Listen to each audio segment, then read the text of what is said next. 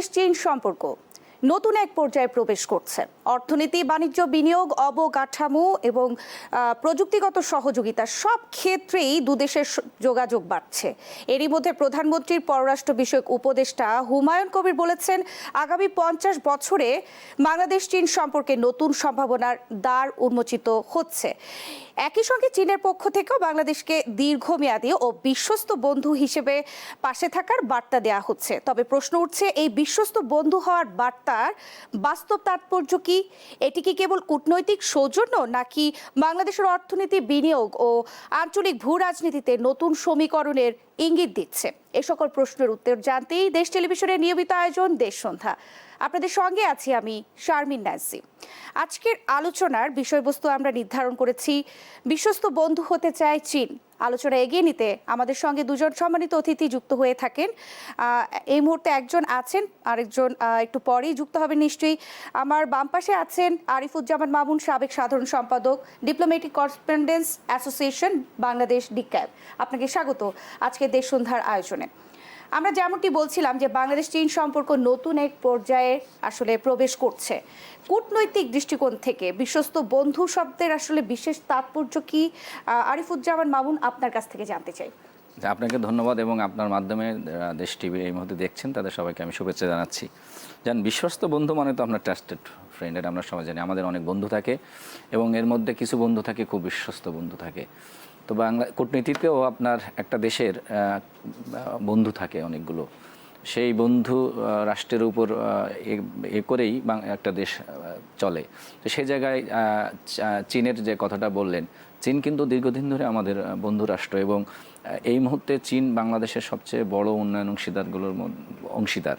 অর্থাৎ বাংলাদেশের যত বড় বড় আপনি স্থাপনা বা দেখবেন বা নির্মাণ দেখবেন, প্রায় সবই চীনের এতে নির্মাণ করা।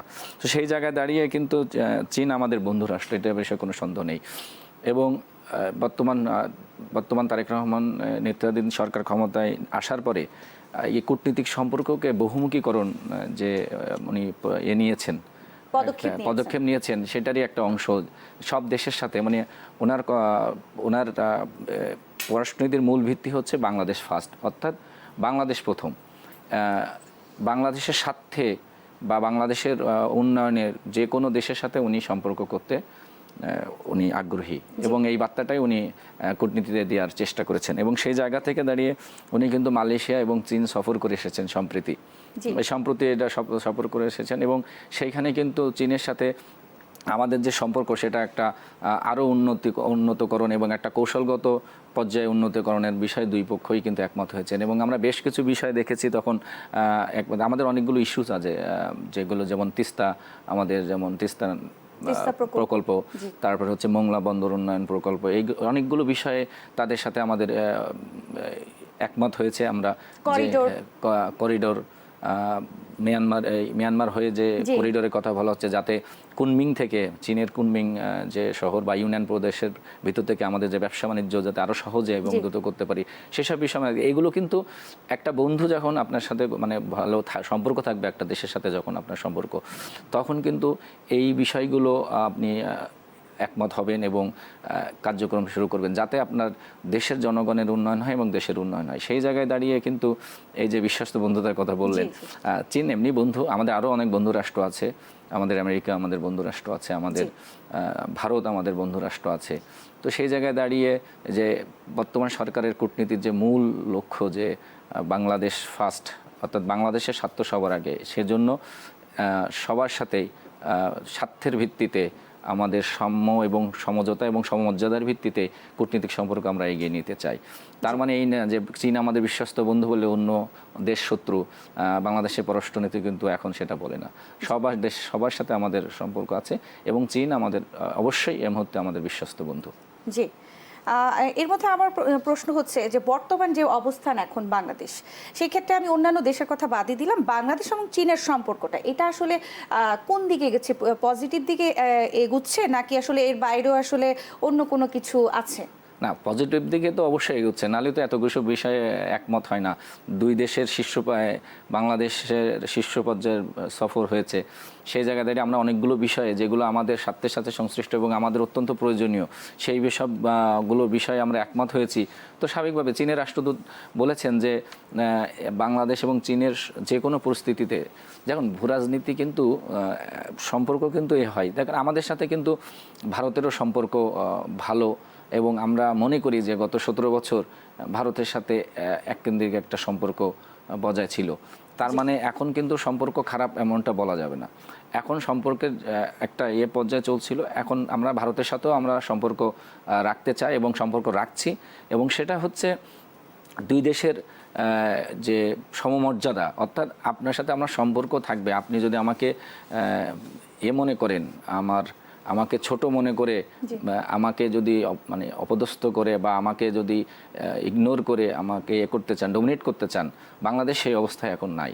বাংলাদেশ কূটনীতিতে অনেক দূর এগিয়ে গেছে এবং বাংলাদেশ বলেছে যে সবার সাথে আমাদের সম্পর্ক থাকবে, সেটা সমমর্যাদা ভিত্তিতে এবং সম অধিকারের ভিত্তিতে। আমরা যেমনটি বলছিলাম যে বাংলাদেশ চীন করিডোর, আসলে এটিকে অর্থনৈতিক প্রকল্প হিসেবে আপনি দেখবেন নাকি এটি বৃহত্তর ভূ রাজনৈতিক উদ্যোগ? শোনেন, এটা আপনি দুইভাবেই দেখতে পারেন।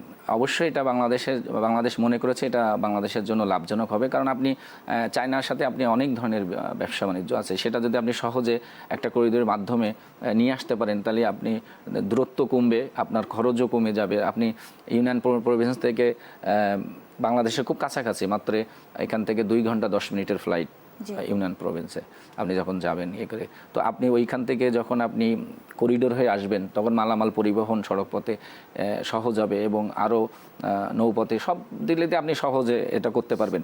সুতরাং হ্যাঁ, অবশ্যই বাংলাদেশ ভূরাজনৈতিকভাবে বাংলাদেশ খুব গুরুত্বপূর্ণ অবস্থানে আছে। সেই জায়গায় দাঁড়িয়ে সব দেশ চাইবে তা বাংলাদেশের সাথে সম্পর্ক রাখতে। বাংলাদেশ এই সুযোগটাই অবশ্যই গ্রহণ করবে, কারণ বাংলাদেশের জন্য যেটা ভালো সেই সুযোগগুলোই তো বাংলাদেশ গ্রহণ করার চেষ্টা করবে। সেটাই বর্তমান সরকার করছে, বাংলাদেশের স্বার্থকে সবার আগে অগ্রাধিকার দিচ্ছে এবং সেই অনুযায়ী বিভিন্ন প্রকল্প এবং বিভিন্ন দেশের সম্পর্কের পারদ বা গ্রাফ যেটা বলে সেটা নির্ধারণ করার চেষ্টা করছে বাংলাদেশ। জি জি, সরকার আসলে এই ক্ষেত্রে ইতিবাচক আসলে অবস্থানই আছে আমরা দেখছি। আসলে এই করিডোর বাংলাদেশের পররাষ্ট্র নীতিতে কি ধরনের পরিবর্তন আনতে পারে বা বাংলাদেশের কি কি চ্যালেঞ্জ রয়েছে সামনে? না দেখেন, বাংলাদেশের পররাষ্ট্রনীতিতে তো একটা পরিবর্তন হয়েছে 5ই আগস্টের পরে। আগে আমরা যেমন এককেন্দ্রিক পররাষ্ট্রনীতিতে ছিলাম, অর্থাৎ আমরা সেই জায়গা থেকে আমরা পররাষ্ট্রনীতির এখন বহুমুখীকরণ, অর্থাৎ আমার দেশের স্বার্থ যেসব দেশের সাথে থাকবে সব দেশের সাথে আমরা সম্পর্ক, এই পরিবর্তনটা কিন্তু 5ই আগস্টের পরে হয়েছে। অর্থাৎ এখন আর কেউ আমার উপরে কোনো কিছু চাপিয়ে দিতে পারবে না, কোনো সিদ্ধান্ত আমাদের উপর চাপিয়ে দিতে পারবে না। এখন বাংলাদেশ তার নিজের সিদ্ধান্ত নেওয়ার মতো অবস্থানে আছে এবং সেই জায়গায় দাঁড়িয়ে কিন্তু বাংলাদেশ সিদ্ধান্ত নিচ্ছে এবং এটার কূটনীতিতে বাংলাদেশের যে অগ্রগতি বা তার সাফল্য, সেটা কিন্তু আমরা জানি যে ইউরোপের মতো একটা দেশকে হারিয়ে বাংলাদেশ কিন্তু জাতিসংঘের 81তম সাধারণ অধিবেশনের সভাপতি নির্বাচিত হয়েছে। এটা কিন্তু কূটনীতিক সাফল্যের কারণে এবং কূটনীতির বহুমুখীকরণের কারণে। কারণ বাংলাদেশ এককেন্দ্রিক বা এক দেশের উপর নির্ভরশীল না থেকে কূটনীতিটাকে বহুমুখী অর্থাৎ বহু দেশের সাথে যুক্ত করে করতে চাচ্ছে। এটা এক ধরনের পরিবর্তন এবং 5ই আগস্টের পরে এই পরিবর্তনটা হয়েছে এবং আমাদের সরকার প্রধান থেকে শুরু করে যারা আসেন কূটনীতি দেখভাল করেন সবাই কিন্তু একটা ঘোষণা দিয়েছেন, বাংলাদেশ তার সিদ্ধান্ত তার নিজে নেবে, অর্থাৎ বাংলাদেশের স্বার্থের সিদ্ধান্তগুলো বাংলাদেশ নিজে নেবে, কেউ আর চাপিয়ে দিতে পারবে না যে তোমার উপরে আমি এই অন্যায় কোনো কিছু চাপিয়ে দিলাম। এই জায়গায় বাংলাদেশ এখন পৌঁছেছে বলে আমি মনে করি। জি, আরিফুজ্জামান মামুন, আপনাকে অসংখ্য ধন্যবাদ। দর্শক, ইতিমধ্যে আমাদের সঙ্গে আমাদের আরেকজন অতিথি যুক্ত হয়েছেন, রাশেদ খান, প্রধানমন্ত্রীর রাজনৈতিক সহকারী। আপনাকে স্বাগত জানাচ্ছি আজকে দেশ সন্ধ্যার আয়োজনে। রাশেদ খান, আমরা আসলে যেমনটি আলোচনা করছি যে বিশ্বস্ত বন্ধু হতে চায় চীন, এই বিষয়ে আসলে আমরা আলোচনা শুরু করেছি। আপনার কাছে আসলে জানতে চাই, চীন বিশ্বস্ত বন্ধু হতে চায়, সরকার এই বার্তাকে আসলে কিভাবে মূল্যায়ন করছে? সবাইকে শুভেচ্ছা। দেখেন, বাংলাদেশের যে ফরেন পলিসি, সবার সাথে বন্ধুত্ব, কারোর সাথে শত্রুতা নাই। এবং চীন আমাদের অতীতেও বন্ধু ছিল, এখনও বন্ধু আছে। আমাদের মাননীয় প্রধানমন্ত্রী তিনি চীন সফরে গিয়েছেন এবং অনেকগুলো ফলপ্রসূ আলোচনা হয়েছে এবং চীনের যে প্রত্যাশা বাংলাদেশের জনগণের প্রত্যাশা একই রকম। আমরা কিন্তু জনগণের সাথে সম্পর্ক চাই, চীনের জনগণ, এবং চীনও বাংলাদেশের জনগণের সাথে সম্পর্ক চাই। গণঅভ্যুত্থানের পরে আমাদের সাংবাদিক ভাই সহ আমি একসাথে চীনে যাওয়ার সুযোগ হয়েছিল। তো সেক্ষেত্রে আসলে চীন সরকারের আমার কাছে মনে হয়েছে কথাবার্তা বলে যে আমরা আসলে তাদের অতীতের যে পলিসি দেখেছি সেই পলিসির তুলনায় তাদের বর্তমানের পলিসি, বিশেষ করে গণঅভ্যুত্থানের পরে তাদের পলিসি, চিন্তা, কথাবার্তা, আচরণ, বাংলাদেশকে মূল্যায়ন করা এবং জনগণের সাথে সম্পর্কের উন্নয়ন, এ বিষয়ে অনেক অগ্রগতি হয়েছে। তো সব মিলিয়ে অবশ্যই চীনের সাথে আমাদের বন্ধুত্ব লাগবে এবং চীন আসলে কখনোই বাংলাদেশের সাথে, জনগণের সাথে আসলে আগ্রাসন চালায়নি। এটা একটা আসলে ইতিবাচক দিক। ভারতের সাথে যে প্রবলেমটা হয়েছে যে ভারত আসলে আওয়ামী লীগকে সমর্থন দিয়েছিল। দেখেন, একটি দেশ একটি দলকে সমর্থন দিতে পারে না, কিন্তু ভারতের এই ভুলের কারণে আসলে শেখ হাসিনা নিজেকে সবসময় মহারানী মনে করত। আমার পাশে ভারত আছে, আমার আর কাউকে লাগবে না, জনগণকে লাগবে না। কোনো রকম মানে প্রণব মুখার্জির এক ধরনের সহযোগিতায় ক্ষমতা এসেছিল শেখ হাসিনা, এবং প্রণব মুখার্জি তার বইয়ে নিজে এই কথা লিখে গিয়েছে যে যে আসলে ফখরুদ্দিন এবং মঈনুদ্দিনকে সেফ এক্সিট দিতে রাজি হবে মূলত তারা তার হাতেই ক্ষমতায় দিবে। এবং শেখ হাসিনা রাজি হয়েছিল, আমাদের দেশনেত্রী তিনি রাজি হননি, যে কারণে ওই সময় আসলে আওয়ামী লীগের হাতে ফখরুদ্দিন এবং মঈনুদ্দিন নানান কৌশলে সিস্টেমে আসলে ক্ষমতা দিয়ে যায়। দেখেন 2008 সালের 30 ডিসেম্বর যে নির্বাচন হয়েছিল, আমি এখনও পর্যন্ত বিশ্বাস করি না যে ওই নির্বাচনে আওয়ামী লীগ আসলে ক্ষমতা এসেছিল। সেটা একটা ভারতের পৃষ্ঠপোষকতায় এক ধরনের ইলেকশন মেকানিজম ছিল, এবং প্রণব মুখার্জির বই তো সাক্ষী। তার মানে কি 16 বছরের একটা দিনও শেখ হাসিনা বৈধভাবে ক্ষমতায় ছিল না। শেখ হাসিনা বাংলাদেশের বৈধ প্রধানমন্ত্রী ছিলেন না। তিনি আসলে জনগণের বিরুদ্ধে গিয়ে জনগণকে নিপীড়ন করে ভারতকে খুশি করে তিনি আসলে ক্ষমতায় থাকতে চেয়েছিলেন, কিন্তু এইভাবে ক্ষমতায় থাকা যায় না। জনগণ তার বিদায় ঘটিয়েছে এবং তার আসলে বিশ্বস্ত দেশ, সেখানেই তিনি আসলে আশ্রয় পেয়েছেন, এবং এটা কিন্তু বাস্তবতা যে এটার বাস্তব প্রমাণ আমরা পেয়েছি। জি, শেখ হাসিনা যে বলতো যে ভারতকে যা দিয়েছে আজীবন মনে রাখবে, আসলেই তো ভারত মনে রেখেছে। মানে শেখ হাসিনার যে বিশ্বাস, আস্থা ছিল ভারতের প্রতি, সেটার প্রতিফলন হয়েছে। জি, না, আমার প্রশ্ন হচ্ছে যে এক্ষেত্রে আসলে এখন তো চীন আসলে বিশ্বস্ত বন্ধু হতে চাচ্ছে। চীন আসলে সম্পর্কে আগামী কয়েক বছর সরকারের সবচেয়ে বড় আসলে অগ্রাধিকার কি হতে পারে চীনের ক্ষেত্রে? চীন বাংলাদেশ সম্পর্ক যেহেতু উন্নয়নের দিকে আসলে আমরা এগিয়ে যাচ্ছি, আজই আসলে প্রধানমন্ত্রীর পররাষ্ট্র বিষয়ক উপদেষ্টা হুমায়ুন কবির বলেছেন আগামী 50 বছরে বাংলাদেশ চীন সম্পর্কে নতুন সম্ভাবনার আসলে দ্বার উন্মোচিত হয়েছে।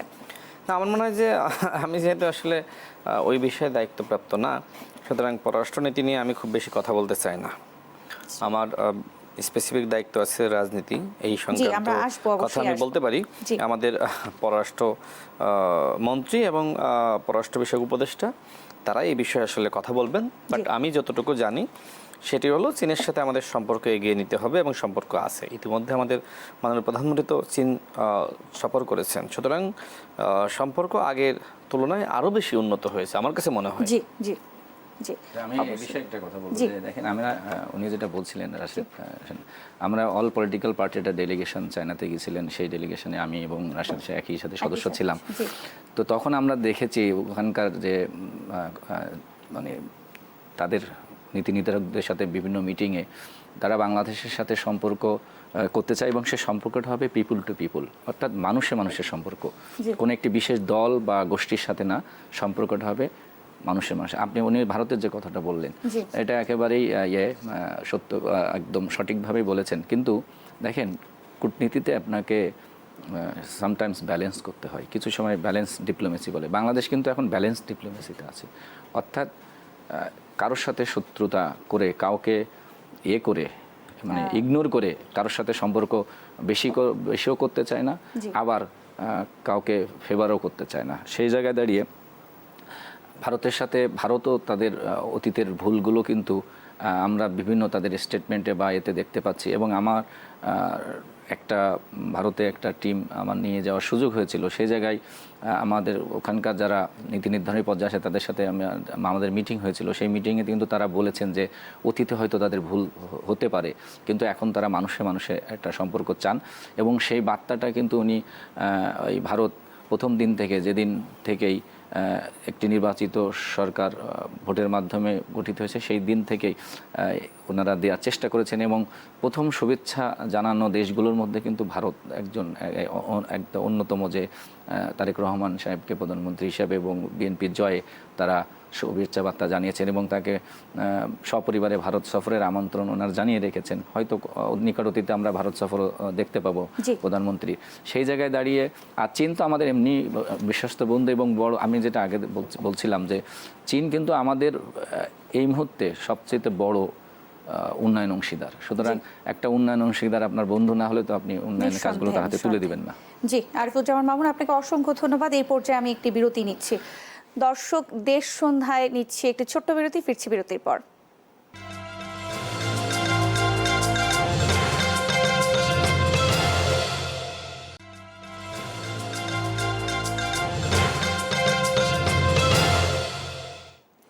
আবারও আমন্ত্রণ জানাচ্ছি দেশ সন্ধ্যার আয়োজনে। আমি আবারও আলোচনায় ফিরে যেতে চাই। এখন আসলে আমি একটু রাজনীতি, বাংলাদেশের রাজনীতি নিয়ে প্রশ্ন করতে চাই রাশেদ খান আপনাকে।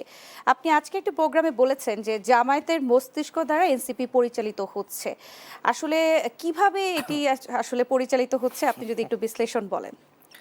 দেখেন, যারা এনসিপি নামক নতুন বন্দোবস্তের দলে যুক্ত হয়েছিল নতুনের চিন্তার জায়গা থেকে, যেমন ডাক্তার জারা সহ এরকম অনেকে, তারা অধিকাংশ আসলে যে সময় এনসিপি জামাতের সাথে নির্বাচনী জোট করলো এই সময় বিদায় নিয়েছে। জি, কেউ কেউ স্বতন্ত্র নির্বাচন করেছে, কেউ কেউ অন্য দলে যুক্ত হয়েছে, নানান ঘটনা প্রভাবও ঘটেছে। এখন এনসিপি কারা করছে? যারা জামাত এবং শিবিরের সাবেক কর্মী নেতা, তারাই মূলত আসলে এনসিপি করছে। এবং জামাতও এই পলিসি নিয়েছিল যে এমনভাবে এনসিপি আমরা গঠন করব যাতে করে ভবিষ্যতে যদি আসলে জোট করার প্রসঙ্গ আসে কোনোভাবে এনসিপি জামাতের বাইরে যেতে না পারে। দেখেন, এনসিপি যদি কেন্দ্রীয় কমিটিতে 100 জন আপনার সদস্য থাকে, এর মধ্যে 90 জনই জামাত এবং শিবিরের সাবেক কর্মী। অর্থাৎ আপনি কেন্দ্রীয় কমিটির মিটিং করবেন, ভোটাভুটি করলে সবাই বলবে জামাতের সাথে জোট করো। তার মানে কি? তার মানে এখন আসলে এনসিপি জামাতেরই একটা শিশু সংগঠন, যে কথা আমাদের সাংবাদিক আশরাফ কায়সার ভাই একটি টকশোতে বলেছিলেন। তো যাই হোক, আমরা এনসিপির কাছ থেকে নতুন কিছু প্রত্যাশা করেছিলাম। নাহিদ ইসলাম বলেছিলেন যে জামাতের নেতৃত্বকে দেশের মানুষ গ্রহণ করবে না। এখন আমার মাঝে মধ্যে বলতেও লজ্জা লাগে, গণ অভ্যুত্থানের এক দফার নায়ক তিনি আসলে এখন জামাতের আমিরের নেতৃত্ব মেনে নিয়েছেন, গ্রহণ করেছেন। এমনকি কর্নেল অলি আহমেদ সাহেব তিনি এবার বলেছেন যে ডাক্তার শফিকুর রহমান তার নেতৃত্বে যদি ছোট ছেলে নাহিদ ইসলাম এবং মাওলানা মামুনুল হক এক হয়ে রাজপথে নামে 7 দিনের মধ্যে বিএনপি সরকারের পতন হবে। তো তারা তো একই আছে, একসাথে তারা প্রোগ্রাম করতেছে, তারা একসাথে বিভাগীয় সমাবেশ করলো। 7 দিন ইতিমধ্যে অতিক্রম করেছে, কিন্তু বিএনপি সরকারের পতন হয়নি। কারণ বিএনপি জনগণের ভোটে নির্বাচিত সরকার। বিএনপি যদি আওয়ামী লীগের মতন ক্ষমতায় আসতো সেক্ষেত্রে সেটা ভিন্ন বিষয়, কিন্তু বিএনপি জনগণের ভোটে ক্ষমতা এসেছে। সুতরাং বিএনপির বিরুদ্ধে ষড়যন্ত্র করতে আসতে জনগণ সেটা দাঁত ভাঙা জবাব দিবে। এবং আমি মনে করি এখন এনসিপিকে আসলে দিয়ে নানান ধরনের গালিগালাজ করাচ্ছে, কথাবার্তা বলাচ্ছে। কারণ এনসিপি আর জামাত তো একই, জামাত বড় ভাই আর এনসিপি ছোট ভাই, বা জামাত পিতা আর এনসিপি সন্তান। যে কথা জামাতের সেক্রেটারি জেনারেল বলছিল যে পিতার থেকে বাড়তে চেও না, মানে বাপের থেকে বড় হতে চেও না। তো যাই হোক, এনসিপি মাঝে মধ্যে যদি একটু ভাইয়া যদি একটু কোট করে বলি, সেটা হচ্ছে যেমন শিবিরের সাবেক সভাপতি বলেছিলেন যে জাহিদুল ইসলাম, আপনি নিশ্চয়ই চেনেন তাকে, যে উনি বলেছেন যে এনসিপি আলোচনায় থাকার জন্য আসলে নাটক করছে, জামাতকে আসলে জুলাইয়ের আলোচনা থেকে দূরে রাখার জন্য আসলে বিভিন্ন ধরনের মার খাওয়ার আসলে প্রেক্ষাপট সৃষ্টি হচ্ছে। এটিকে আসলে আপনি কিভাবে? এটা তো আসলে জামাত এবং শিবির তারা ভিতরে ভিতরে ভাবতেছে যে আমরা এত বড় দল এনসিপির এই 6 জনকে এমপি বানালাম, তাদেরকে ফান্ডিং করি, তাদের সমস্ত খরচপাতি দিই, তাদের জন্য গাড়ি দিই, তারা এলাকায় জনসভা করতে গেলে লোকবল দিই, কিন্তু আলোচনায় তো আমরা নাই, আলোচনায় রয়েছে আসলে এনসিপি। তো এই জন্য তারা আসলে এই মুখোশটা আসলে উন্মোচন করে দিয়েছে। জামাত ভেতরে ভেতরে কি আসলে ওনাদের কোন দল চলছে এরকম কোনো কিছু? না, এটা তো চলবেই, কারণ যারা প্রকৃতপক্ষে এনসিপির মধ্যে সেই সংখ্যাটা কম হোক না কেন, জামাতের নেতৃত্ব তারা মানতে চায় না এবং তারা লজ্জা পায়। যে সময় নাহিদ ইসলাম জামাতের আমিরের পিছনে দাঁড়িয়ে থাকে, লজ্জা পায় যে যেখানে জামাতের আমির সহ নেতারা নাহিদ ইসলামের নেতৃত্ব মেনে জুলাই গণঅভ্যুত্থানে অংশ নিল, সেখানে নাহিদ ইসলাম যদি ওই জামাতের অফিসে গিয়ে বসে থাকে, জামাতের আমিরের পিছনে ধর্ণা দেয়, এটা কি কেউ মানে? তো এই জন্য কিছুটা আছে, ওই সংকট কিছুটা আছে। বাট আলোচনায় আবার এনসিপি আলোচনায় যে কারণে আবার জামাত শিবির এটা মানতে পারতেছে না, তারা মাঝে মধ্যে তাদের ভিতরের রহস্যগুলো ফাঁস করে দিতেছে। আমরা দেখেছিলাম যে জোটে যাওয়ার আগে কিভাবে একে অপরের বিরুদ্ধে বলে, জামাত এনসিপির বিরুদ্ধে, এনসিপি জামাতের বিরুদ্ধে। আবার ওই যে বাকসাস ছিল ওই সময় ছাত্র সংগঠন, ওই বাকসাস আবার শিবিরের সাথে যুদ্ধে লিপ্ত হয়েছিল, নানান ঘটনা ঘটেছে। পরবর্তীতে যে সময় এনসিপি দেখলো আরে আমাদের তো সবই শিবিরের জামাতের, তো আমরা কি জামাত শিবিরে গেলে আমাদের কর্মীরা মানবে, জামাত শিবিরের বাইরে গেলে মানবে না। তো এই জন্য তারা পরবর্তীতে জামাতের কাছে আসলে নত হয়েছে এবং জামাত এখন তাদেরকে পোষ্য প্রাণীর মতন ব্যবহার করছে, তাদের দিয়ে গালিগালাজ করাচ্ছে, তাদের দিয়ে যা তা বলাচ্ছে। যেমন নাসিরউদ্দিন পাটোয়ারিদেরকে জামাত ব্যবহার করতেছে। নাসিরউদ্দিন পাটোয়ারিরা কখনো বাম ছিল, কখনো এবি পার্টি ছিল, কখনো আবার দাবি করে যে সে নাকি শিবিরও করতো। তো নানান ধরনের কথাবার্তা। এখন সব মিলে আমার কাছে মনে হয় যে এনসিপি বলে বাংলাদেশে এখন কিচ্ছু নাই। এনসিপির রাজনীতি শেষ হয়েছে যেদিন জামাতের সাথে যুক্ত হয়েছে। ইতিমধ্যে তো যে দলটাই নাই, নামে মাত্র এনসিপি আছে, কিন্তু এনসিপি মানেই জামাত শিবিরের আর একটা অঙ্গ সংগঠন বা সহযোগী সংগঠন বা শিশু সংগঠন আমার কাছে মনে হয়। কারণ ওই বাস্তবতা আর নাই। এখন আপনি একটি জেলায় যান, যদি জামাত কর্মী সরবরাহ না করে এনসিপি কোনো সমাবেশ সফল করতে পারবে না। মাঝখানে দেখেন নাই কয়েকটা সমাবেশে 200-100 লোক হয়েছে, তো তারা হতাশ হয়েছিল। এরপরে যেখানেই যায় না কেন ওই এলাকার জামাতের আমিরকে ফোন দেয়, আরে আমরা তো আপনাদেরই ভাই, জাতীয় পর্যায়ে আপনাদের হয়ে আমরা ব্যাটিং করতেছি, বিএনপিকে ব্যাশিং করতেছি, লোকবল না দিলে কি হয়, আমাদের বাঁচিয়ে রাখলে আপনারা বাঁচিয়ে থাকবেন, আমরা যে বলতে পারি আপনারা পারবেন না। অর্থাৎ জামাত এখন এনসিপিকে লোক সরবরাহ দিতেছে, বাট বেশি দিতেছে না, অল্প মাত্রায়, মানে তাদেরকে আবার মানে দুর্বল দেখানোর জন্য। তো সব মিলে শিবিরের সাবেক সভাপতি জাহিদুল ইসলাম চমৎকার কথা বলেছে, আমি তাকে ধন্যবাদ জানাই যে তিনি আসলে বুঝে বা না বুঝে তিনি আসলে তথ্য ফাঁস করে দিয়েছেন। এই যে নাসিরউদ্দিন পাটোয়ারিরা যা কিছু করে মিডিয়া আসার জন্য, ভাইরাল হওয়ার জন্য, আলোচনায় থাকার জন্য, মানে তাদের সাংগঠনিক অবস্থা এতটুকু, তারা দেখায় এতটুকু, ঠিক আছে। এনসিপি একটা আসলে বেলুনের মতন, যত বড় দেখেন না এত বড় না, এটা আসলে যে কোনো সময় বাস্ট হয়ে যেতে পারে এবং ইতিমধ্যে তো বাস্ট হয়ে গেছে। বাস্ট হয়ে তো আপনার হাওয়ায় মিশে গেছে জামাতের মধ্যে।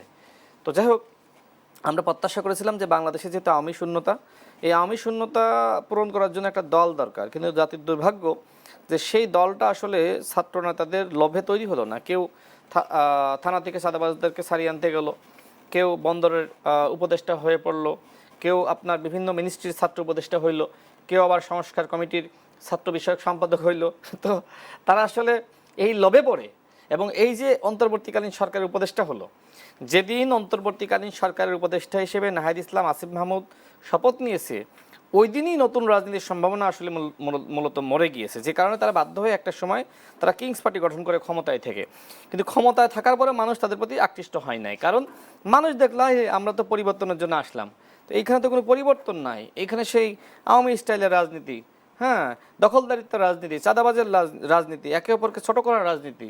দেখেন না যে একজন আরেকজনকে কীভাবে ফেসবুকে হেই করতো, হ্যাঁ, তারা কি না করেছে, মানে এগুলো বলতে গেলে তো অনেক সময় লাগবে। তো আমি এত কিছু বলতে চাই না, আমি সর্বশেষ বলবো, একটা পরামর্শ দেবো এনসিপিকে।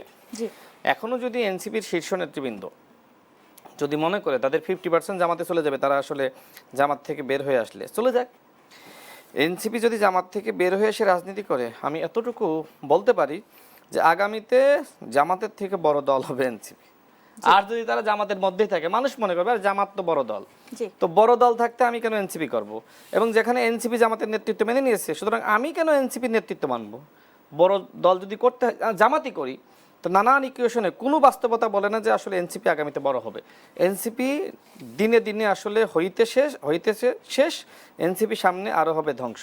আমার কাছে মনে হয় এনসিপি বলে ভবিষ্যতে কিছু থাকবে না। জি, আপনাকে অসংখ্য ধন্যবাদ আরিফুজ্জামান মামুন। আপনার কাছে আমার প্রশ্ন হচ্ছে যে লেবার পার্টির একটি আসলে আয়োজনে বিরোধী দলের নেতা জামায়াতের আমির শফিকুর রহমান বলেছেন ফ্যাসিস্টদের পুরো ফটোকপি বিএনপির মধ্যে আসলে উনি দেখতে পাচ্ছেন। এটিকে আসলে আপনি কিভাবে বিশ্লেষণ করবেন?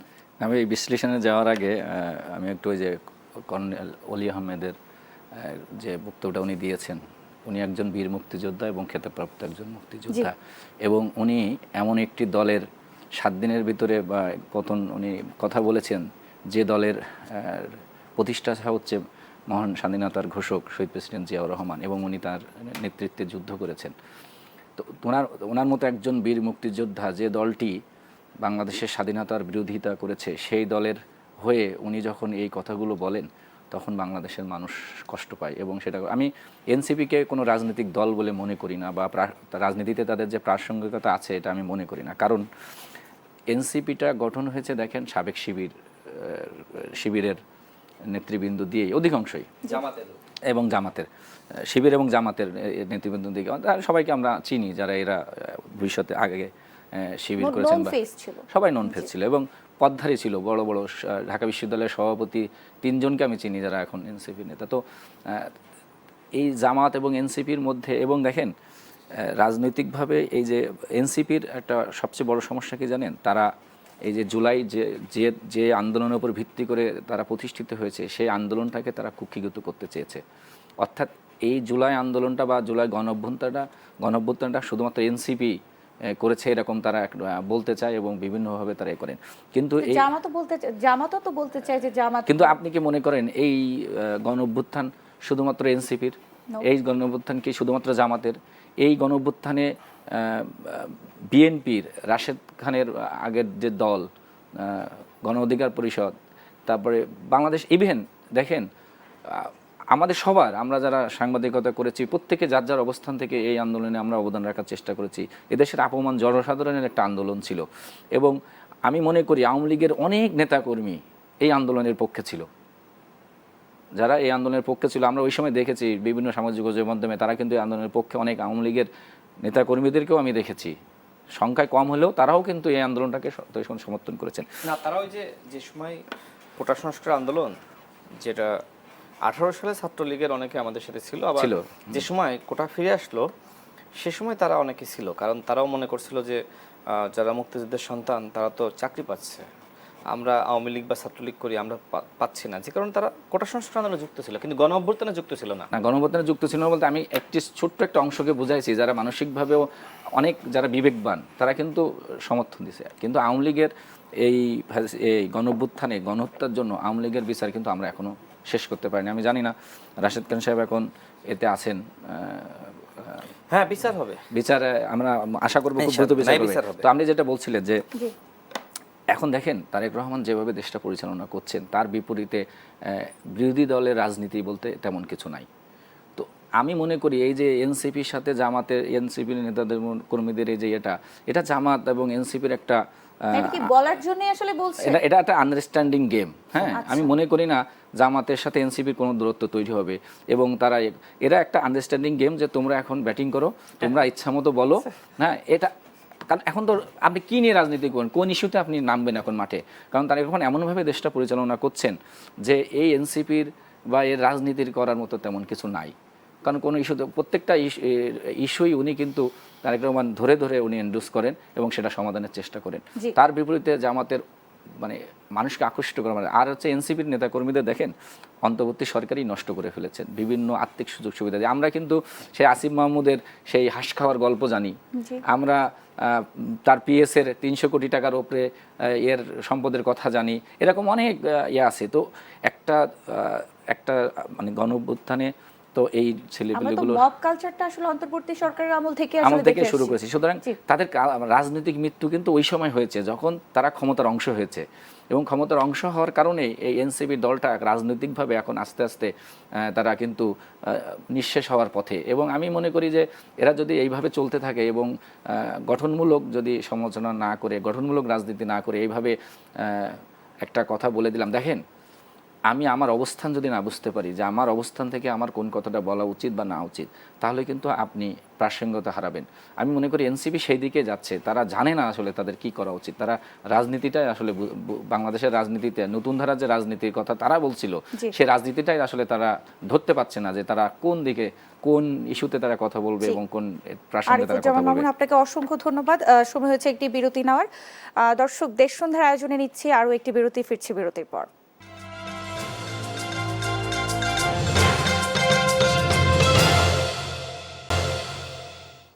আবারও আমন্ত্রণ জানাচ্ছি দেশ সন্ধ্যার আয়োজনে। আমি আবারও আলোচনায় ফিরে যেতে চাই। রাশেদ খান, আপনার কাছে যেতে চাই। যেমনটি বিরতির আগে বলছিলাম যে জামায়াতের আমির একটি ওয়ার্ড ইউজ করেছেন যে ফ্যাসিস্টদের পুরো ফটোকপি বিএনপির মাঝে আসলে উনি দেখতে পাচ্ছেন। আসলে ফ্যাসিস্ট শব্দটা কি, এটা তো আসলে এত ছোট ওয়ার্ড না, অনেক বড় একটা শব্দ। যত্রতত্র কি আসলে আমরা এটি ব্যবহার করতে পারি, যেখানে সরকারের বয়স মাত্র 5 মাস? যেখানে দল হিসেবে জামাত ইসলাম একটি ফ্যাসিস্ট দল, এবং জামাত যারা করে তারা আসলে নিজেদের গণ্ডির বাইরে আসতে পারে না। শোনা যায় যে একজন ভিক্ষুককে ভিক্ষা দেওয়ার আগেও জামাত বোঝার চেষ্টা করে সে জামাতের লোক কিনা বা জামাতকে ভোট দিবে কিনা। তো যাই হোক, এ ধরনের বাজে কথা শোনা যায় জামাত সম্পর্কে।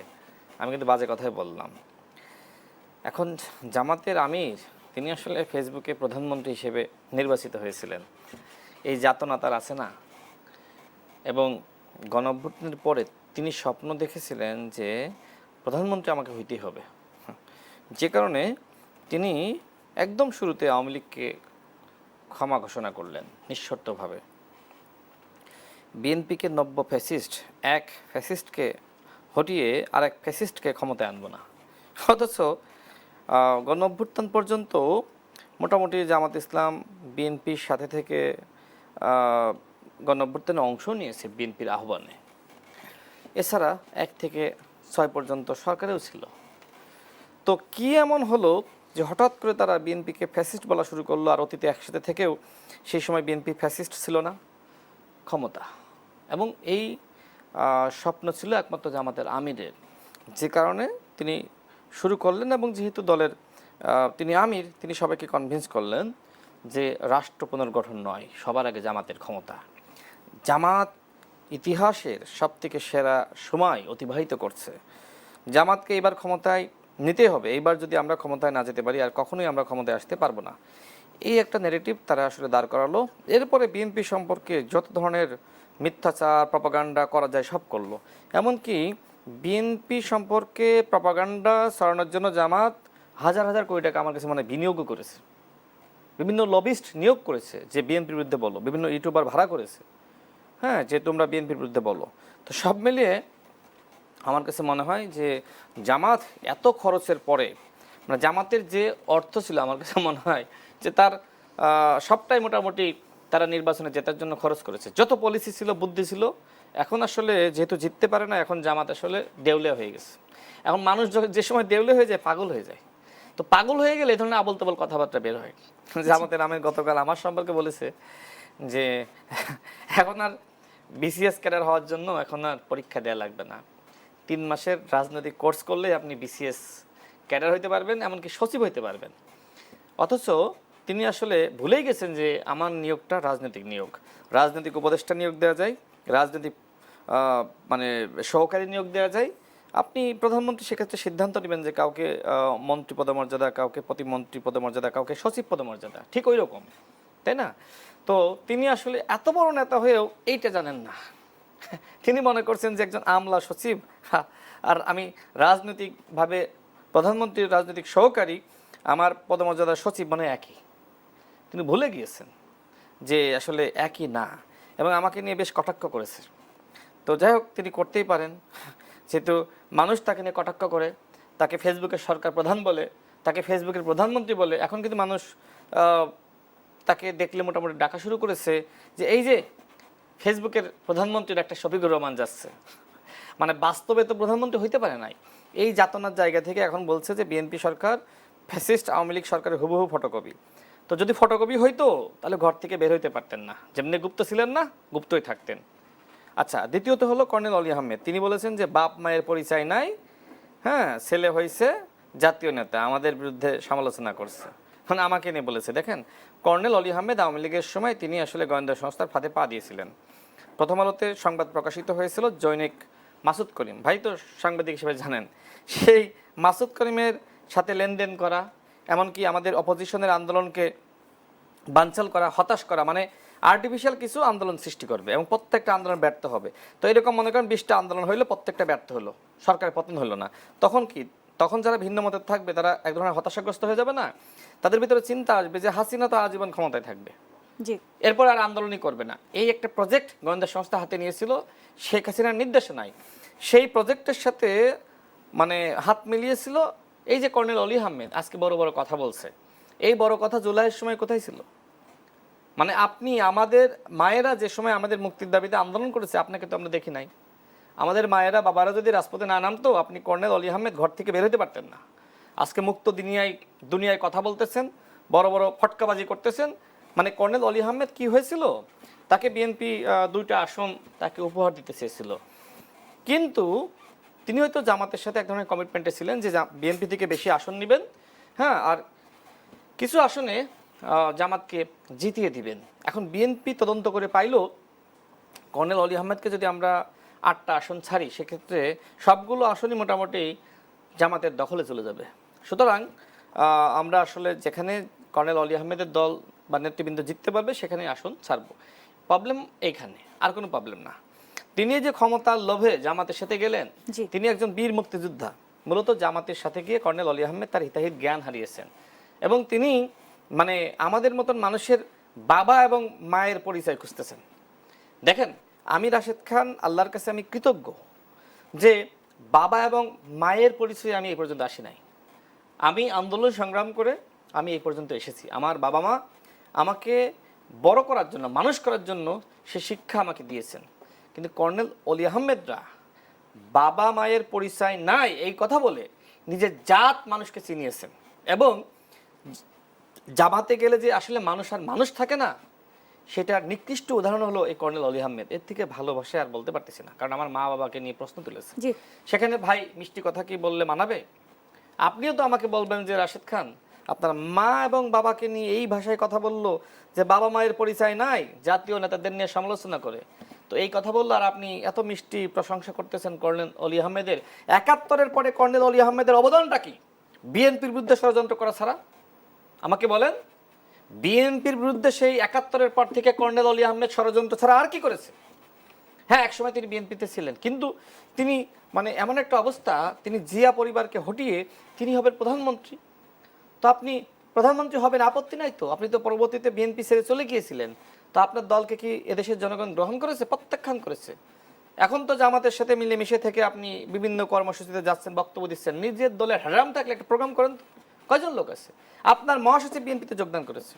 হ্যাঁ, আমি গণ অধিকার পরিষদ ছেড়ে আমি বিএনপিতে এসেছি, কিন্তু গণ অধিকার পরিষদের আগের যে সক্ষমতা ছিল এখনও আছে। আর গণ অধিকার পরিষদের সাথে আমার কোনো সম্পর্ক নাই, দুঃখিত, আমার কোনো শত্রুতা নাই। গণ অধিকার পরিষদের সাথে আমার আগের যে সম্পর্ক ছিল সেটাই আছে। তো কর্নেল অলি আহমেদের মহাসচিব তার এই মানে কারণে, তার ওই আচরণের কারণে তিনি কিন্তু বিএনপিতে জয়েন করেছেন। নুরুল হক নূর বিএনপি সরকারের প্রতিমন্ত্রী, আমি বিএনপি মানে সরকারের যিনি প্রধান তার রাজনৈতিক সহকারী হিসেবে দায়িত্ব পালন করছি। তো সব মিলিয়ে আমার যে বক্তব্য, আমি যেটি বলতে চাই, কর্নেল অলি আহমেদরা তাদের জীবনের শেষ বয়সে তারা মানুষকে আসলে শেখাতে পারতেন, কিন্তু তারা মানুষকে আসলে না শিখিয়ে মানুষকে তিনি বিভ্রান্ত করতেছেন, গালিগালাজ শেখাচ্ছেন। তার বয়সে মানে এই ভাষায় কথা বলবে, জি। আমি আসলে অবাক হয়েছি। মানে জি, আমি রাশেদ খান। অত্যন্ত বিব্রত যে কর্নেল অলি আহমেদের মতন মানুষদের নিয়ে আমাদের সমালোচনা করা লাগছে। আমি কখনোই চাইনি যে তাদেরকে অশ্রদ্ধা করে কথা বলবো, কিন্তু যে সময় 1 সপ্তাহের মধ্যে বিএনপির পতন ঘটিয়ে দিবে, হ্যাঁ, সেই সময় তো ভাই এই কথাগুলো আমাদের আসবেই। জি, রাশেদ খান আপনাকে অসংখ্য ধন্যবাদ। আরিফুজ্জামান মামুন, আপনি কি বলবেন আসলে? না দেখেন, উনি যেটা বললেন যে ওনার পিতামাতা শিখে, দেখেন আমার খুব একটা কথা মনে পড়ছে এখানে, খুব প্রাসঙ্গিক। একবার প্রয়াত প্রধানমন্ত্রী বেগম খালেদা জিয়ার সাথে একটা দেশের বাইরে একটা জায়গায় আমরা খুব ক্লোজ ডোরে আমরা একটা কথা বলছিলাম। উনি বলছেন, যখন উনি একটা কথা বলছিলেন যে অনেক কথা না বলেও অনেক কিছু জবাব দেওয়া যায় এবং সেই জবাবটা অনেক কঠোর হয় এবং কঠিন হয়। তো ওনার বাবা উনি যখন প্রশ্ন তুলেছেন, ওনার পারিবারিক শিক্ষা সেটার প্রতি উত্তর স্পর্শকাতর কিছু বিষয় নিয়ে জি, আসলে কথা বলে তো ওই ফেলেছেন। যে উনি যে ভদ্রতা দেখালেন এটাই হচ্ছে তার প্রকৃত মানে জবাব আর কি। সেটাই হচ্ছে ওনার তো বাবা মার আপনি যেটা হচ্ছে বললেন যে শিক্ষা। ফ্যাসিস্ট বা এই যে দেখেন ফ্যাসিস্ট মানে কি, শেখ হাসিনা মানে নিজেকে একক ক্ষমতাবান মনে করা এবং মানে আর কেউ নেই প্রতিদ্বন্দ্বী তার সাথে, এরকম একটা মনে করা। তো জি। জামাত ইসলামের প্রত্যেক নেতাকর্মীর মধ্যে এরকম একটা আছে যে আমরাই মানে ওনারা নিজেদের যেটা বললেন যে নিজেদের বাইরে কিছু ভাবতে পারে না, ওনারাই কিন্তু জান্নাতের টিকিট বিক্রি করেছেন। একটা দল কতটা ফ্যাসিস্ট হলে জি। একটা জান্নাতের টিকিট বিক্রি করতে পারে। এবং আমাদের এখন এমপি, আমাদের দুর্ভাগ্য এটা, আমাদের জামাত ইসলামের একজন এমপি আছেন যিনি বলেছেন, উনি ঘোষণাই দিয়ে দিয়েছেন যে জান্নাতের যাওয়া শুরু হবে কোন জেলা থেকে, এটাও উনি এক প্রকার ঘোষণা দিয়েছেন।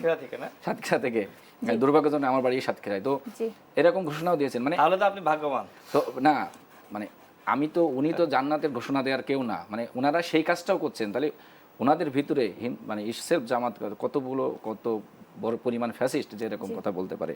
আর দেখেন যখন আন্দোলন করার কোনো কিছু পায় না কোনো দল, রাজনৈতিক দল, তখন তার রাজনীতিকে টিকিয়ে রাখার জন্য বিরোধী দলরা আসলে আস্থা কেন হারিয়ে ফেলছে? মানে আপনি আন্দোলন করার মতো কোনো ইস্যু তো এই মুহূর্তে নাই। আপনি একটা বলেন তো কোন ইস্যুতে এরকম একটা গণ আন্দোলন বা এরকম হওয়ার মতো সুযোগ আছে? একটা ইস্যু আপনি আমাকে বলেন যেখানে আছেন। কারণ যেমন আমরা 3 দিন আগেও দেখেছি যে নাহিদ ইসলাম বলেছিলেন যে সরকারকে 5 বছর সময় দেওয়া যাবে না, এবং তার সাথে আমি কোট করতে চাই নাসিরউদ্দিন পাটোয়ারি, উনি আসলে বলেছেন যে প্রধানমন্ত্রীকে কাফফারা দিতে হবে। এই মন্তব্যগুলো কি আসলে একটা রাষ্ট্রের নাগরিক হিসেবে বা আমি বলবো বিরোধী দল হিসেবে আসলে করতে পারি কিনা, আইনগত কোনো বাধ্যবাধকতা আছে কিনা? নাহিদ ইসলামের কাছে আমার প্রশ্ন, সরকারকে 5 বছরের জন্য নির্বাচিত করেছে কে? জনগণ। তাহলে 5 বছর সময় দেওয়া যাবে কি না যাবে নির্ধারণ করবে কে? জনগণ। নাহিদ ইসলাম কে এটা নির্ধারণ করার? যদি কোনো সরকারের ভুল হয়ে থাকে তাহলে আপনারা গঠনমূলক সমালোচনা করতে পারেন, সেটার এগেনস্টে রাজনৈতিক কর্মসূচি দিতে পারেন, কিন্তু সেটা রাজনৈতিক কর্মসূচি হতে হবে। কোনো উদ্দেশ্যপ্রণোদিত কর্মসূচি হলে নিশ্চয়ই বর্তমান সরকার করবেন। এবং গঠনমূলক আসলে বিরোধী দল থেকে কোনো অবজেকশন আসতে পারে, আপনি সেটাই বলতে না, চাচ্ছেন? আপনি রাজনৈতিক কর্মসূচি দিতে পারেন, একটা রাজনৈতিক দল রাজনৈতিক কর্মসূচি দেবে, এটাই স্বাভাবিক। কিন্তু সেটা তো একটা প্রাসঙ্গিকতা থাকা লাগবে যে কারণ মানুষ আপনার আন্দোলনের সাথে কখন আপনি 5 বছর সময় দিবেন না, ঠিক আছে, আপনি সরকারকে হটাই দিবেন বা ফেলে দিবেন এরকম বলছেন, তো আপনার তো জনগণকে এটা বোঝাতে হবে যে এই সরকারের এই ভুলগুলোর কারণে আমি সরকারে তোমরা আসো। এখন আপনি কি মনে করেন এই মুহূর্তে এনসিপি বা জামাত ইসলামী ডাকলে সরকার এই মানুষ পথে নেমে এসে এই সরকারকে ফেলে দিবে? এরকম কোনো পরিস্থিতি তৈরি হয়েছে কিনা? ওনারা একটা প্রাসঙ্গিকভাবে উনারা থাকার চেষ্টা করছেন রাজনীতির ভিতরে, কারণ একটা রাজনৈতিক দল বেঁচে থাকে রাজনৈতিক কর্মসূচির মধ্য দিয়ে, এরকম কিছু সুইপিং কমেন্টস করে এই নাসিরউদ্দিন পাটোয়ারিরা প্রাসঙ্গিক থাকতে চাচ্ছেন রাজনীতিতে। কিন্তু এই নাসিরউদ্দিন পাটোয়ারি বা নাহিদ ইসলাম, আমি নাম নিতে চাচ্ছিলাম না তাদেরকে, কারণ রাজনৈতিক প্রজ্ঞা বলেন বা রাজনৈতিক অভিজ্ঞতা বলেন এরা তো নাই।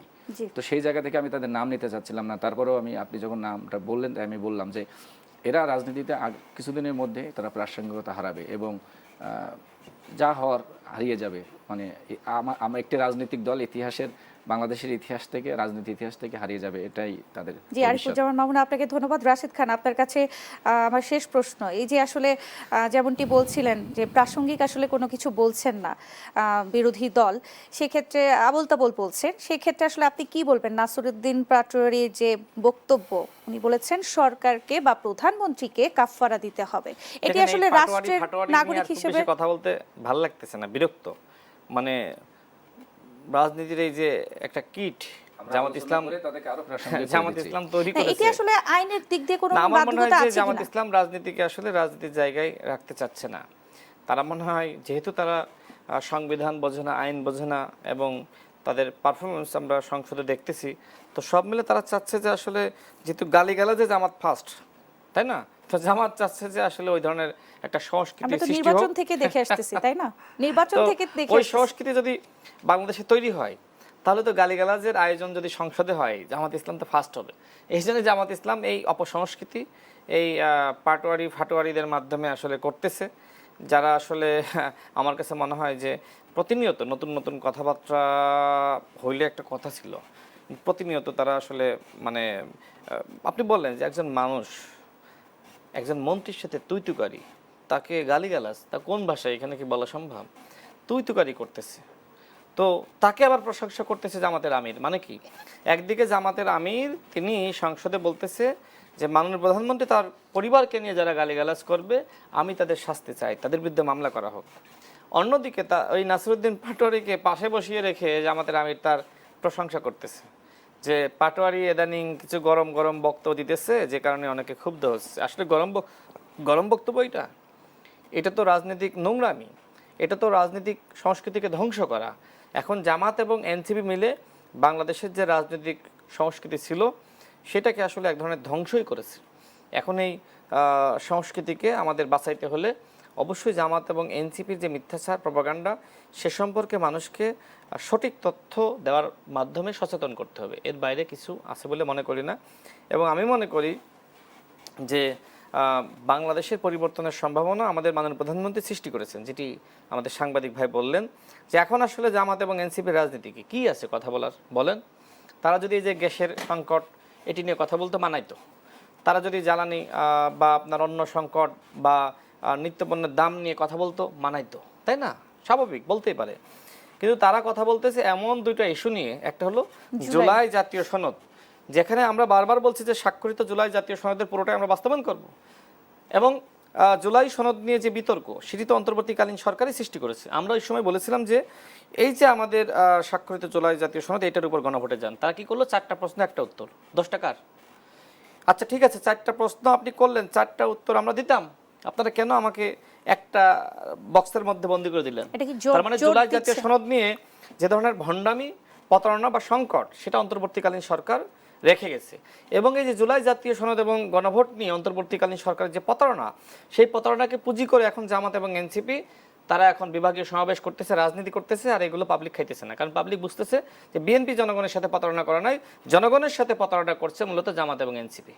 জি রাশিদ খান, আপনাকে কথা বলতে পারবো? জি জি জি শিওর। না, আমি লাস্ট এটা এই যে জুলাই সনদ নিয়ে জুলাই সনদ বাস্তবায়ন, জুলাই সনদ বাস্তবায়ন নিয়ে এই যে এনসিপির তো মায়া কান্না, কিন্তু খুব ইন্টারেস্টিং একটা বিষয় আছে জানেন, জুলাই সনদ যেদিন স্বাক্ষর হয়েছিল সংসদ ভবনে, এই এনসিপি কিন্তু স্বাক্ষর করেনি।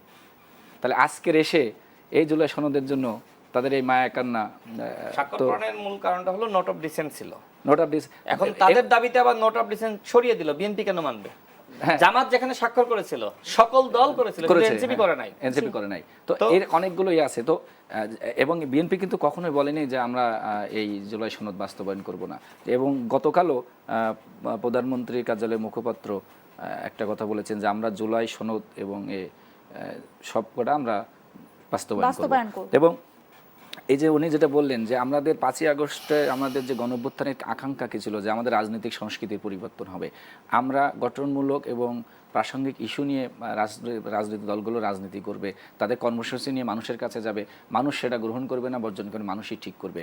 ওই যে উনি যেটা বললেন যে গ্যাসের সংকট বা মূল্যবৃদ্ধি, এরকম যে গণমুখী যে ইস্যুগুলো আছে সেইগুলো নিয়ে রাজপথে গঠনমূলক কর্মসূচির মাধ্যমে যদি তারা জনগণের কাছে তাদের মেসেজটা পৌঁছাতে পারতো, আমি মনে করি তারা রাজনীতিতে আরও বেশি টিকে না করে তারা চাচ্ছে একটা কেওয়াস তৈরি করে ইস্যু তৈরি করা। দেখেন না, ইস্যু না ভাই, যদি আমি আপনার সাথে অ্যাড করি, আমার কাছে মনে হয় একটা কেওয়াস তৈরি করে আওয়ামী লীগকে ফিরিয়ে আনা। এটা তো একটা আছে যে আওয়ামী লীগকে এটা আওয়ামী লীগকে কিন্তু ঘোষণা দিয়েছেন আওয়ামী লীগের যে আমরা ডিসেম্বরে ফিরবো, বা আওয়ামী লীগের নেতাকর্মীরা, দেখেন আওয়ামী লীগের নেতাকর্মীরা কিন্তু এই যে এইভাবে যদি আপনি একটা বিভাজনের রাজনীতি তৈরি করেন, তাহলে কিন্তু আওয়ামী লীগের আরিফুজ্জামান মামুন, আপনাকে অসংখ্য ধন্যবাদ। রাশিদ খান, আপনাকে অসংখ্য ধন্যবাদ আমাদেরকে আজকে মূল্যবান সময় দেওয়ার জন্য। দর্শক, এই ছিল আজকে দেশ সন্ধ্যার আয়োজনে। ধন্যবাদ সবাইকে।